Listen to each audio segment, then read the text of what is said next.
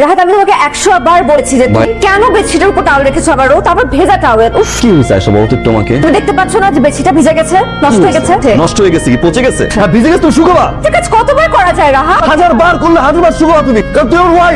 রাহাত, আমি এ বাসায় কাজের বুয়া হিসেবে আসি নাই। কাজ করতে আসলে আমার সেবা করতে আসছো, আমার সেবাটা করো তুমি। একটা ফোনে কথা বলতেছো, পাগল হয়ে গেছো তুমি। পারি না, ঠিক করতে পারি না, আমার অভ্যাস, আমার দোষ।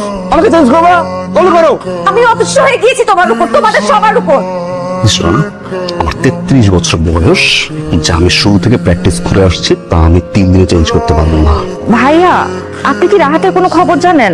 रात भर जाग कर पर तेरी तो खबर